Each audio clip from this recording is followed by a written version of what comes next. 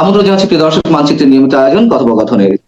চমৎকার শিরোনাম দিয়েছেন। অলরেডি তারা লাইভে এসে স্বীকার করেছে শেখ হাসিনা আদালতে যাইতে চাবেন না, তিনি নীলকণ্ঠ বাকি। আমি জানি তিনি এসে বলবেন সব মাফ করে দে, আমার বাপও মাফ করে দিছে, তোদের মাফ করে দিলাম।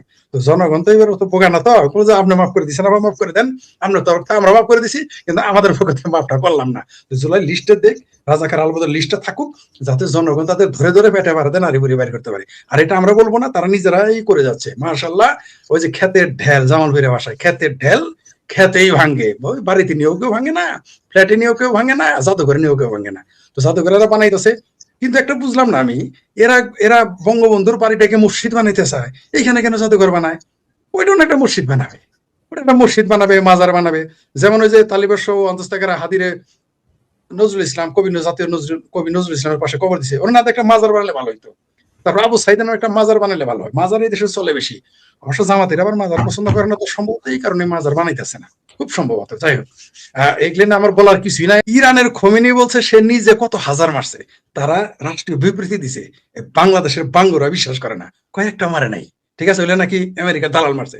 আর বাংলাদেশের এই ইউনুস সরকারের লেখায় 822 জন নাকি 23 জন, আমি এক্সাক্ট ফিগার মানে 800 সামথিং, মানে তাদের হিসেবে, শেখ হাসিনার হিসেবে না, তাদের হিসেবে মারছে 822 জন। 1400 কবর কই পাইলো? আবার এই 822 জনের মধ্যে 350 ফেরত আসছে, বেহেশতে গিয়ে হুরিদের সাথে ঝগড়া করে চলে আসছে। আবার কেউ কবর আযাবের ডরে চলে আসছে। বুঝতে পারছেন? আমরা তো জীবনে প্রথম জানলাম যে মানুষ শহীদ হয়ে গেলে, বেহেশতে চলে গেলে, কবরে চলে গেলে সেখান থেকে ফিরে আসতে পারে। আমরা শুনছিলাম যে জেসাস ভাই সাল্লাল্লাহু আলাইহি সাল্লাম বা হিন্দুদের যিশু, সে নাকি মুর্দা চিন্তা করতো। এখন দেখি জামাতেরও মুর্দা চিন্তা করে ফেলে, এরাও কি জিসাস হয়ে গেল নাকি? বুঝতে পারলাম না, এত ক্ষমতা কোথাও পাইতেও পারে, কারণ তাদের কথায় নাকি আল্লাহ সূর্য বন্ধ করে দেয়, আবার সূর্য চালু। এরা আল্লাহ নবীর চেয়েও বড় হয়ে গেছে। নবীর কথা নাকি চন্দ্র দ্বিখণ্ডিত হয়েছিল, আর এদের কথা সূর্য থেমে যায়। বাবা রে বাবা, মানে কত বড় এরা, মানে মানে নবীর চেয়েও বড়, রাসূলের চেয়েও বড় হয়ে গেছে। আফটার অল তো এরা মওদুদির উম্মত, এরা তো তার নবীর চেয়ে বড় হবে। শুনেন, আপনি যে কথাটা বললেন, এই যে 1400 কবর এখানে দেখা গেছে, এইগুলো কবরের মধ্যে গিয়ে আপনি হাড্ডি গুড্ডি তো দূরের কথা, আপনি ওখানে একটা সাদা ইটও পাবেন না, মানে একটা এরা এরা এরা তুই বোকা যায়, মানে ইট পাথরও পাবেন না, খালি দেখবেন যে খালি কবরই আছে। 1400 কবর না, ফাইজলামি করার আর জায়গা হবে না। এটার নাম দেওয়া দরকার টাটকা শয়তানদের জাদুঘর, তাহলে নামটা ভালো হয়। বদমাইশি করার জায়গা হয় না, তো মাজার বানায় ফেলাই না। 1400 মাজার বানাবে, 360টা আউলিয়ার মাজার সারা বাংলাদেশ আছে, এগুলো কবর একটা একটা করে নিয়ে দিয়ে আসুক না, তাহলে তো ভালো কাজে দিবে। ব্যবসা হবে, ব্যবসা বাণিজ্য হবে, কিছু চাঁদা পাবো, পাগলা মসজিদের মতো কোটি কোটি টাকা আসবে। অবশ্য এখন আর দিবে না, কারণ এরা, আমার ভাতিজি একটা তো, আমার ভাবির মেয়ে একটা তো টাকা পয়সা নিয়ে এনসিবিতে পদত্যাগ করছে, মানুষ তাহলে চরিত্র চিনে ফেলছে। আবার আমাদের জামালপুরে জামাত এরা 1400-1500 কোটি টাকা পাবলিকের খাই দিছে, আওয়ামী লীগের আমল থেকে শুরু করে গান পর্যন্ত। এগুলো মানুষ জানিয়ে গেছে, এদের চরিত্র জানিয়ে গেছে, এদের অর্থনৈতিক চরিত্র জানিয়ে গেছে, এদের মুখের ভাষার চরিত্র জানিয়ে গেছে। এর মুখে এরা এমন সমন শব্দ উচ্চারণ করে, এমন সমস্ত কথা বলে, যেগুলো উচ্চারণ করলে 3 দিন ওজু নষ্ট থাকে। 3 দিন যতবার উজু করেন কাজ হবে না, নামাজ রোজা কিছু হবে না। যে এরা যে সমস্ত কথা বলে, আরেকটা কাজ করা যাইতে পারে, জাদুঘরের নামে হাদিস যে শব্দ বলছে ওইটার জন্য যুক্ত করে দেয়, তাহলে আরো সুন্দর হবে। টাটকা ড্যাশ ড্যাশ জাদুঘর, এটা আরো ভালো হবে। টাটকা ড্যাশ ড্যাশ শয়তানের ড্যাশ ড্যাশ জাদুঘর, এটা দিলে আরো ভালো। আমি হারামজাদা বলছে যে শেখ হাসিনা নাকি নামাজ টামাজ পড়ে নাই, তার চায় নামাজ কোরআন শরীফ পাওয়া যায় নাই, কিন্তু আমরা দেখেছি কোরআন শরীফ নিয়ে যাইতেছে উসায় উসায়, চায় নামাজ সহ। ওই দৃশ্যটা শুধু রাখবে না, কারণ ওটা রাখলে আবার বাই চান্স প্রমাণ হয়ে যাবে যে আওয়ামী লীগের নেত্রী নামাজ টামাজ পরে, কোরআন পড়ে, ওটা রাখবে না। সব আপনি যত কিছু করেন ওই সিন কিন্তু রাখবেন। আপনি যদি তাদের ওই ইউনুসের মতো 666 কোটি টাকা দেন, তারপরে ওই দৃশ্যটা রাখবে না। যদি রাখে, আমি তাহলে ওই জাদুঘর দেখতে যাবো, ঠিক আছে, বলে দিয়েন তাদের আর কি। যাই হোক, যেটা বললাম, আপনি যে কবরের দৃশ্যগুলো দেখাইলেন, কবরের দৃশ্য প্রথমে মনে করছিল এআই দিয়ে বানাইছে, বুঝতে পারছেন? এইটা মনে করছি এআই দিয়ে যে কবর বানানো যায়, সেটা আমি জানতাম না ভাই। শুনেন, কবর দেখলে মানুষের শ্রদ্ধা থাকবে। নিজের পক্ষে শত্রুর কবর হইলেও মানুষ মিনিমাম মাথা নিচু করে 1 মিনিট নীরবতা পালন করে চলে যায়। তাকে গালি মনে মনে দেখ, যায় মধ্যে তাই করুক, প্রকাশ্য দেয় না। কিন্তু এদের এই কবর দেখে তো ওই সার্কাসের যে রিং মাস্টারের ঘোড়া থাকে না, এই পুরান ঢাকার ঘোড়া না, সার্কাসের রিং মাস্টারের ঘোড়াও তাই কবর দেখে আসবে, আর কবরটা বানাইতে জানেন না। আর সবচেয়ে বড় কথা, এইবার মৌলবী সাহেবদের চেতনায় গা লাগে না। ইসলামে তো এইভাবে কবর জাদুঘর রাখা যাবে না, কবর তো কবর থাকবে গোরস্থানে বা আলাদা জায়গায়। এরা বাড়ির সামনে কবর দেওয়া আরাম বলে, এখন জাদুঘরে কবর কিভাবে রাখে এটা তো আমি বুঝলাম না। এবার মৌলবী সাহেবের কোথায় এখন চেতনা জাগে না? জামাতের তো মৌলানা না, আপনি দেখেন মৌলানা মওদুদি মৌলানা ছিল না, যদি নামের আগে লেখে। তার অধ্যাপক গোলাম আজম সে অধ্যাপক ছিল না, তাহেরের আগে অধ্যাপক, একটা অধ্যাপক না, 3 বছরের লেকচারার। মানে আমারও আপনি লিখে ফেলতে পারেন অনেক কিছু। মনে করেন আপনি আমার লিখবেন যে টিভির চ্যানেলের আপনার প্রোভাইডার বানায় ফেলাবেন, এমডি বানায় ফেলাবেন, জামাত হইলে তো আমার লেগে ফেলতো, আমি টিভি মানে আওয়ামী লীগের জায়গায় যে জামাত হইতো, তাহলে লিখতো যে এখন বক্তব্য রাখবেন বাংলাদেশের কি বিপুল টিভির মালিক শেখ ফরিদ, এরকম বানাই ফেলতো, তারা এমডি বানাই ফেলতো। এরা তো এরকম লেকচারার ওইরকম মৌলানা, আমরা দেখেন তো কে মৌলানা সাইদি কোন মাদ্রাসায় পড়ছে, আপনি আমার বলেন তো দেখি। সাইদি অমুক মাদ্রাসায় বলছে, বলবে যে সরসিনা মাদ্রাসায় থেকে পাশ করছে, একটা ক্লাসমেটস তো নাই। আচ্ছা আমি আপনি পড়ালেখা করছি, একজন ক্লাসমেটস এর নাম তো আমার মনে আছে নাকি, না মনে নাই আপনাদের? আমার তো 24 জন আমার প্রাইমারি স্কুলের স্টুডেন্টের নাম এখনো মনে আছে আমার। কলেজের কথা বাদ দিলাম, স্কুলের হাই স্কুলের কথা বাদ দিলাম, এখন আমি জানতে চাই সাইদির একটা ক্লাসমেটস এর নাম বলেন তো আপনি, পান কিনে বুঝে আরে কেন লাগায় কেন আপনি? ওই যে বাটি চালান সাইদির একটা ক্লাসমেটস খুঁজে পাবেন না, একজনও পাবেন না। এমনকি সাইদি কিন্তু বলছে যে সে হাফেজ নন, আমি সেই ওয়াজ নিজে শুনেছি, কিন্তু সাইদিকে বলে কোরআনের পাখি। আমরা তো জানি কোরআনের পাখি বলা হয় যারা হাফেজিয়া পড়ছে। কবে না জানি ওই আপনি যার নাম নিতে চান না, ফ্রান্সে থাকে না একটা ভট্ট, তারে না জানি কবে আবার কোরআনের তফসির কারক বানায় ফেলায়, কোরআনের পাখি বলে। যদিও তার না, তার বক্তব্য এখন মসজিদে মাদ্রাসায় বাজানো হয়, কিন্তু শেখ হাসিনার কথা বাজালে আবার ওটা হারাম হয়ে যায়, কারণ শেখ হাসিনা তো মুসলমান, তার বক্তব্য ওয়াজের মঞ্চে আজকাল আর বাজে না। আজকাল ওই ভট্টদেরটা বাজে ওয়াজের মঞ্চে, মাদ্রাসায় হাটহাজারিতেও আজকাল শুনি যে 560টা মসজিদ বানালো শেখ হাসিনা, তারপরেও তিনি মুসলমান হইতে পারলেন না, কিন্তু ভট্টর ওয়াজ মাশাআল্লাহ হাটহাজারি মাদ্রাসায় চালানো হয়। যাই হোক, সেটা অন্য বিষয়। আপনি যেটা বললেন যে এটা বুমেরাং হবে কিনা, ভাই এই টাটকা শয়তানের জাদুঘর, এটা বুমেরাং তো হবেই। এখানে কে যাবে? কোন মৌলভী সাহেব যাবে? একজনও যাবে না। জামাতিরা যাবে? একজনও যাবে না।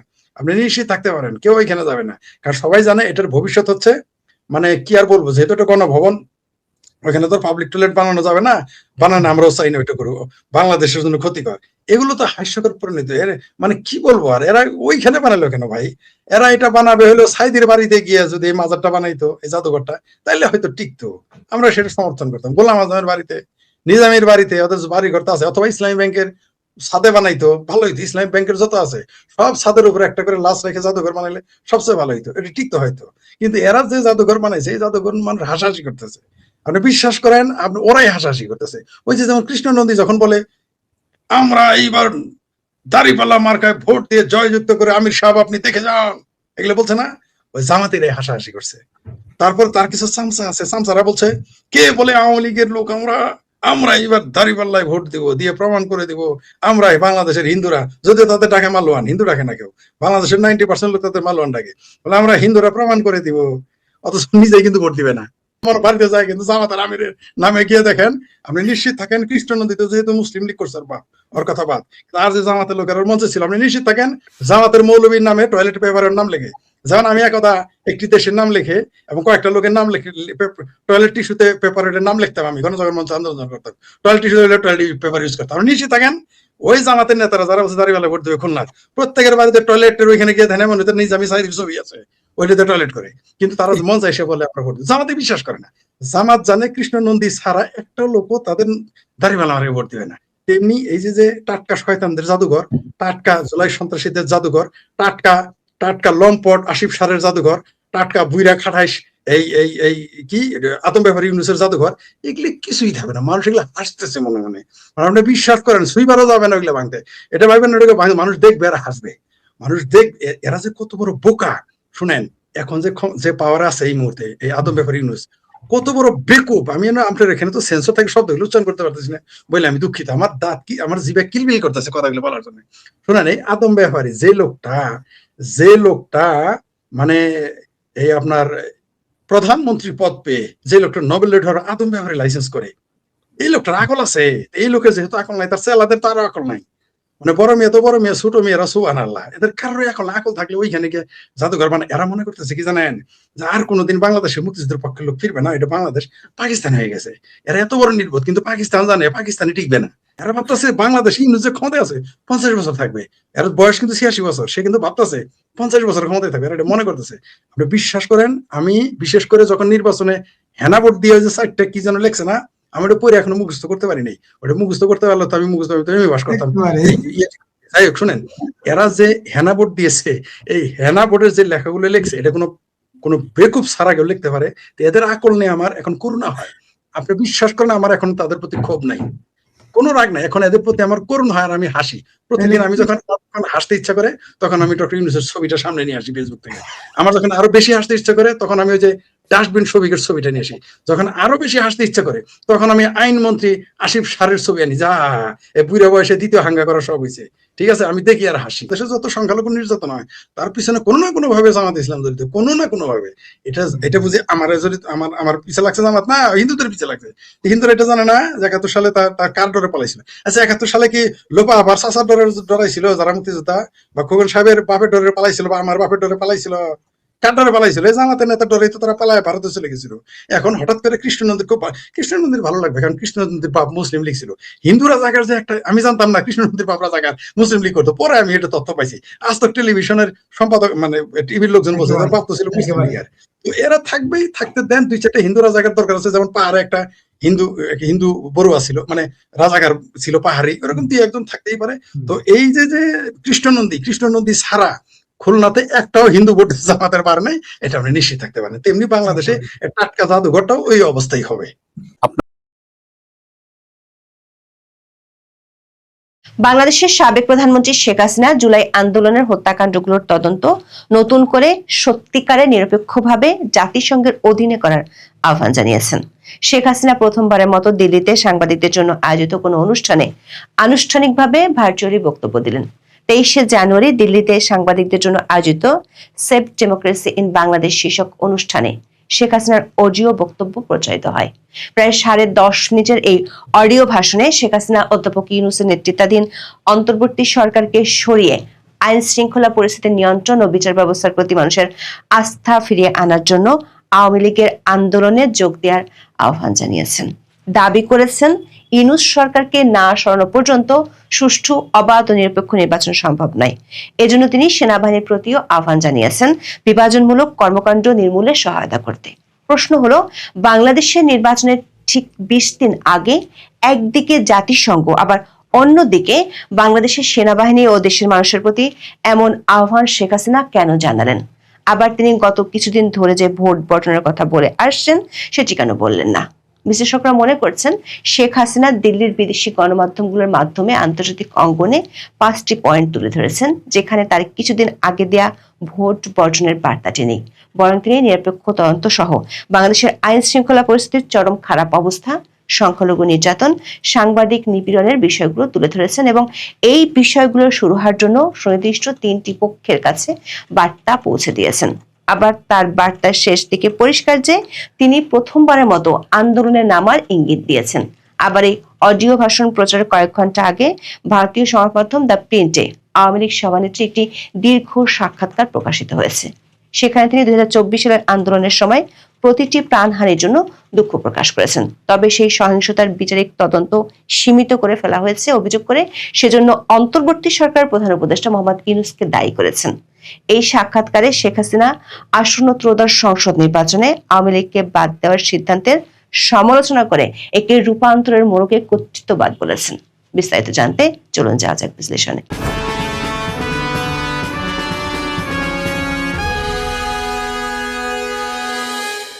দর্শক, গত 19শে জানুয়ারি প্রচারিত ভিডিওতে আমরা জানিয়েছিলাম সাংবাদিকদের জন্য আয়োজিত কোনো অনুষ্ঠানে দিল্লিতে অবস্থানরত বাংলাদেশের সাবেক প্রধানমন্ত্রী শেখ হাসিনার প্রথমবারের মতো অডিও বক্তব্য প্রচার করা হবে। এর মধ্যে সামাজিক মাধ্যমে নানা পক্ষ থেকে গুঞ্জন ওঠে ওই অনুষ্ঠানে শেখ হাসিনা সশরীরে কিংবা ভিডিও বার্তায় বক্তব্য দিবেন। বিশেষ করে গত 17 জানুয়ারি আওয়ামী লীগের 2 সাবেক মন্ত্রী দিল্লিতে এক অনুষ্ঠানে বক্তব্য দেওয়ার পর থেকে বিষয়টি বেশ চাউর হয়। কিন্তু ভারতীয় নিরাপত্তা সংস্থাগুলোর দাবি, নিরাপত্তার কারণে শেখ হাসিনার ভিডিও বার্তা বা লাইভ সম্প্রচারের সুযোগ দেওয়া সম্ভব নয়। 2024-এর 5ই আগস্ট থেকে দিল্লিতে রয়েছেন আওয়ামী লীগ সভানেত্রী শেখ হাসিনা। দেশ ছাড়ার কয়েক মাস পর থেকে তিনি ভার্চুয়াল মাধ্যমে আওয়ামী লীগের নেতাকর্মীদের উদ্দেশ্যে ভাষণ দিচ্ছেন। এ নিয়ে বাংলাদেশের অন্তর্বর্তী সরকারের গুরুতর অভিযোগ রয়েছে, তবে কোথাও শেখ হাসিনা ক্যামেরার সামনে মুখোমুখি হননি। তাছাড়া দিল্লিতে থাকলেও গত 1.5 বছরে তিনি কখনো ভারতের কোনো অনুষ্ঠানে হাজির হননি। সেই হিসেবে প্রথমবারের মতো কোনো অনুষ্ঠানে শেখ হাসিনার অডিও বার্তা প্রচারিত হলো। আওয়ামী লীগ সভানেত্রী শেষ পর্যন্ত ক্যামেরার সামনে ভাষণ না দিলেও শুক্রবারের অনুষ্ঠানে তার উপস্থিতিকে রাজনৈতিক এবং কূটনৈতিক দিক থেকে অত্যন্ত গুরুত্বপূর্ণ এবং সময়টি যথেষ্ট তাৎপর্যপূর্ণ বলে মনে করা হচ্ছে। বিশেষ করে বাংলাদেশের নির্বাচনের 20 দিন আগে পয়েন্ট সহকারে তিনি এমন কিছু দাবি তুলে সংশ্লিষ্ট পক্ষগুলোর উদ্দেশ্যে তুলে ধরেছেন, যেগুলো নিয়ে গত কয়েক মাস ধরে আন্তর্জাতিক মহল ও মিডিয়াতে আলোচনা হচ্ছে। 23শে জানুয়ারির অনুষ্ঠানটির শিরোনাম হলো সেভ ডেমোক্রেসি ইন বাংলাদেশ বা বাংলাদেশে গণতন্ত্র বাঁচাও। অনুষ্ঠানটির আয়োজন করেছে দিল্লিতে অবস্থিত foreign correspondents club of south Asia. দিল্লির মাথুরিতে অনুষ্ঠিত এই অনুষ্ঠানে সশরীরে হাজির ছিলেন হিউম্যান রাইটস ওয়াচের মহাসচিব ইঞ্জিনিয়ার মোহাম্মদ এস সিদ্দিক, সাবেক শিক্ষামন্ত্রী মহিবুল হাসান চৌধুরী নফেল ও অভিনেত্রী রোকেয়া প্রাচী। এছাড়া ভার্চুয়াল মাধ্যমে যোগ দেন সাবেক পররাষ্ট্রমন্ত্রী আব্দুল মোমেন, সাবেক তথ্যমন্ত্রী মোহাম্মদ আলী আরাফাত এবং সাবেক সংসদ সদস্য হাবিব মিল্লাত। অনুষ্ঠানের এক পর্যায়ে শেখ হাসিনার অডিও ভাষণ প্রচার করা হয়। শেখ হাসিনা তার ভাষণের শুরুতে দাবি করেন, চরমপন্থী সাম্প্রদায়িক শক্তির ভয়াবহ আক্রমণে বাংলাদেশ আজ এক অতল গহ্বরের যুগে দাঁড়িয়ে আছে। তিনি এই পরিস্থিতির জন্য বরাবরের মতোই অধ্যাপক ইউনূস ও তার সরকারকে দায়ী করেন। বলেছেন, গণতন্ত্র এখন নির্বাসিত, মানবাধিকার পদদলিত হয়ে গেছে ধুলোতে। সংবাদ মাধ্যমের উপর নিপীড়ন, সংখ্যালঘু ও নারী নির্যাতনের কথা তিনি আন্তর্জাতিক মহলে তুলে ধরেছেন। বাংলাদেশের আইন শৃঙ্খলা পরিস্থিতির চরম অবনতির কথা তুলে ধরে শেখ হাসিনা দাবি করেছেন, জঙ্গি চরমপন্থার উন্মাদনা দেশ জুড়ে আতঙ্কের সৃষ্টি করেছে। তার মতে, এর চেয়েও ভয়াবহ ব্যাপার হলো বাংলাদেশের ভূখণ্ড ও সম্পদকে বিদেশি স্বার্থের জন্য লুণ্ঠনের একটি বিশ্বাসঘাতক ষড়যন্ত্র করা হচ্ছে। বাংলাদেশকে বহুজাতিক সংঘাতের চুল্লির দিকে ঠেলে দেওয়া হচ্ছে। এর পরপরে তিনি বক্তব্যে সেনাবাহিনীকে উদ্দেশ্য করে বাংলাদেশকে ঐক্যবদ্ধ করতে এবং বিভাজনমূলক কর্মকাণ্ড নির্মূল করতে সহায়তা করার আহ্বান জানান। এরপর শেখ হাসিনা 5টি পয়েন্ট বা দফা তুলে ধরেন। প্রথমটি হলো অবৈধ সরকারকে অপসারণ করে গণতন্ত্র পুনরুদ্ধার করা। তিনি মনে করেন, অধ্যাপক ইউনূসের অধীনে বাংলাদেশে কখনোই অবাধ ও সুষ্ঠু নির্বাচন হবে না। দ্বিতীয়ত, প্রতিদিনের সহিংসতার অবসান ঘটানো ও অর্থনীতিকে উন্নত করা। তৃতীয়ত, ধর্মীয় সংখ্যালঘু গোষ্ঠী, নারী ও মেয়েদের নিরাপত্তা নিশ্চিত করা। চতুর্থত, বিচার ব্যবস্থার প্রতি আস্থা ফিরিয়ে আনা। সবশেষ তিনি জাতিসংঘকে গত বছরের ঘটনাবলী নিয়ে নতুন ও সত্যিকারের নিরপেক্ষ তদন্ত করার আহ্বান জানান। এখানে তিনি দাবি করেছেন, বাংলাদেশের মানুষের পাশে আন্তর্জাতিক সম্প্রদায় আছে। বিশ্লেষকরা মনে করছেন, শেখ হাসিনার এই ভাষণে প্রথমবারের মতো শুধু আন্তর্জাতিক সম্প্রদায় নয়, বাংলাদেশের সেনাবাহিনী ও দেশের মানুষের উদ্দেশ্যে বার্তা দিয়েছেন। কয়েকদিন আগেও দলের নেতাকর্মীদের উদ্দেশ্যে দেওয়া অডিও বার্তায় ভোট বর্জনের কথা বলেছেন। আওয়ামী লীগের পক্ষ থেকে বলা হচ্ছে, নো ভোট নো ভোট। দলটি বলছে, ব্যালটে নেই নৌকা, বুথ থাকবে ফাঁকা। দলের সমর্থকরা বলছেন ভোট বয়কট করতে, কিন্তু 23শে জানুয়ারি সাংবাদিকদের উদ্দেশ্যে দেওয়া অডিও ভাষণে তিনি ভোট বর্জনের কথা বলেননি। বলেছেন, অধ্যাপক ইউনূসের অধীনে কোনো নিরপেক্ষ ও সুষ্ঠু নির্বাচন সম্ভব নয়। বিশ্লেষকরা বলছেন, 2024 সালের 5ই আগস্ট শেখ হাসিনা দিল্লি যাওয়ার পর থেকে তার যে রাজনৈতিক তৎপরতা, সেটিতে 23শে জানুয়ারির পদক্ষেপটি হলো তৃতীয় পদক্ষেপ, যেটি বেশ তাৎপর্যপূর্ণ। প্রথম দিকে শেখ হাসিনা দলের নেতাকর্মীদের উদ্দেশ্যে অডিও বক্তব্য দিতেন। এরপর দ্বিতীয় ধাপে বেশ কয়েকটি আন্তর্জাতিক সংবাদ মাধ্যমে সাক্ষাৎকার দেন।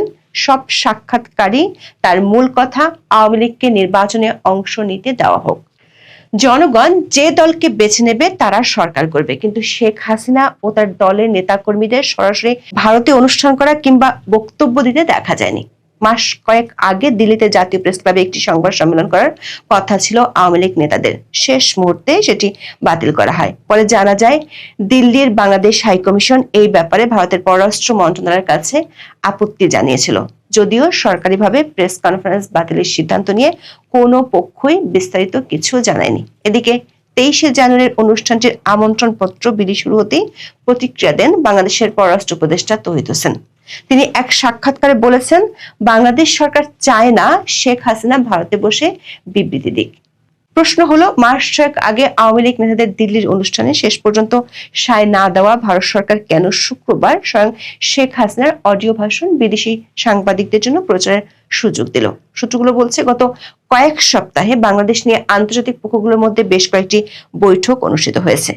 সেসব বৈঠকে যেসব সমঝোতা হয়েছে তার কিছুটা আঁচ মিলে শেখ হাসিনার 23শে জানুয়ারির বক্তব্যে, যেখানে তিনি জাতিসংঘের অধীনে নিরপেক্ষ তদন্তের কথা বলেছেন, ভোট বর্জনের কথা না বলে সেনাবাহিনীর উদ্দেশ্যে বার্তা দিয়েছেন। আবার বলেছেন, অধ্যাপক ইউনূসের অধীনে সুষ্ঠু ভোট সম্ভব নয়। বিশ্লেষকরা মনে করেন, বাংলাদেশের সাবেক প্রধানমন্ত্রী শেখ হাসিনা প্রথমবারের মতো একসাথে 3টি পক্ষের উদ্দেশ্যে আহ্বান জানালেন এবং এর আগে তিনি এরকম দফা ভিত্তিক কোনো বক্তব্য দেননি, যেখানে শুক্রবারের বক্তব্যে 5টি দফা তুলে ধরেছেন। আবার বক্তব্যের শেষ দিকে আন্দোলনের নামারও ইঙ্গিত ছিল, যেখানে যোগ দেওয়ার জন্য দেশের মানুষকে আহ্বান জানিয়েছেন। দর্শক, এই অডিও বার্তা প্রচারের আগে ভারতের সংবাদ মাধ্যম দ্য প্রিন্টে শেখ হাসিনার বিশাল একটি সাক্ষাৎকার প্রকাশিত হয়, যেখানে আসন্ন ত্রয়োদশ সংসদ নির্বাচনে আওয়ামী লীগকে বাদ দেওয়ার সিদ্ধান্তের সমালোচনা করে একে রূপান্তরের মোড়কে কর্তৃত্ববাদ বলেছেন শেখ হাসিনা। সাবেক এই প্রধানমন্ত্রী বলেছেন, 2024 সালের আন্দোলনের সময় প্রতিটি প্রাণহানির জন্য তিনি দুঃখিত, তবে সেই সহিংসতার বিচারিক তদন্ত সীমিত করে ফেলা হয়েছে অভিযোগ করে সেজন্য অন্তর্বর্তী সরকার প্রধান উপদেষ্টা মোহাম্মদ ইউনূসকে দায়ী করেছেন তিনি।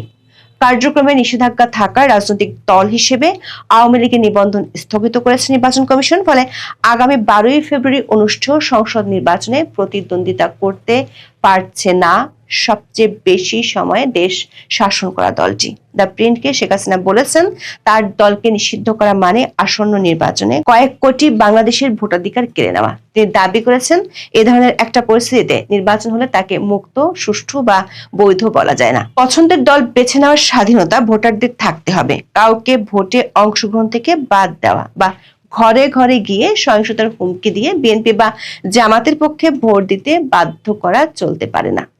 আওয়ামী লীগ সভাপতির দাবি, অন্তর্বর্তী সরকার জানে আওয়ামী লীগকে নির্বাচন করতে দেওয়া হলে তারা বিপুল সমর্থন পেত, এ কারণেই তাদের নিষিদ্ধ করা হয়েছে। লিখিত সাক্ষাৎকারে শেখ হাসিনা বলেন, দেশের সবচেয়ে পুরনো ও জনপ্রিয় রাজনৈতিক দলকে নিষিদ্ধ করে গণতান্ত্রিক বৈধতার দাবি করা যায় না। এটি সংস্কার নয়, রূপান্তরের মোড়কে কর্তৃত্ববাদ।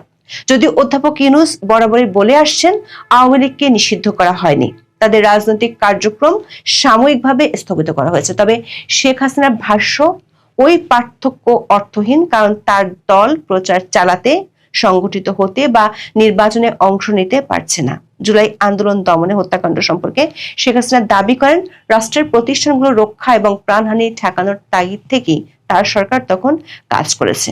শেখ হাসিনা বলেন, যা আজ করতে পারেননি তা হলো উগ্রবাদী শক্তি ওই আন্দোলন হাইজ্যাক করে নিয়েছিল। সে সময় সহিংসতার তদন্তে কমিটি করেছিল আওয়ামী লীগ সরকার, যা অন্তর্বর্তী সরকারের সময় আর এগোয়নি।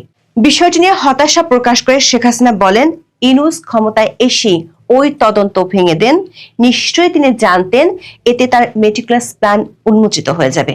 তার ওই সিদ্ধান্তই আন্দোলনের পেছনের উদ্দেশ্য ও ক্ষমতা দখলের প্রক্রিয়া নিয়ে গুরুতর প্রশ্ন তোলে, বিদেশি সম্পৃক্ততার বিষয়টিও সামনে আনে। এসব প্রশ্নে নিরপেক্ষ তদন্ত হওয়া উচিত।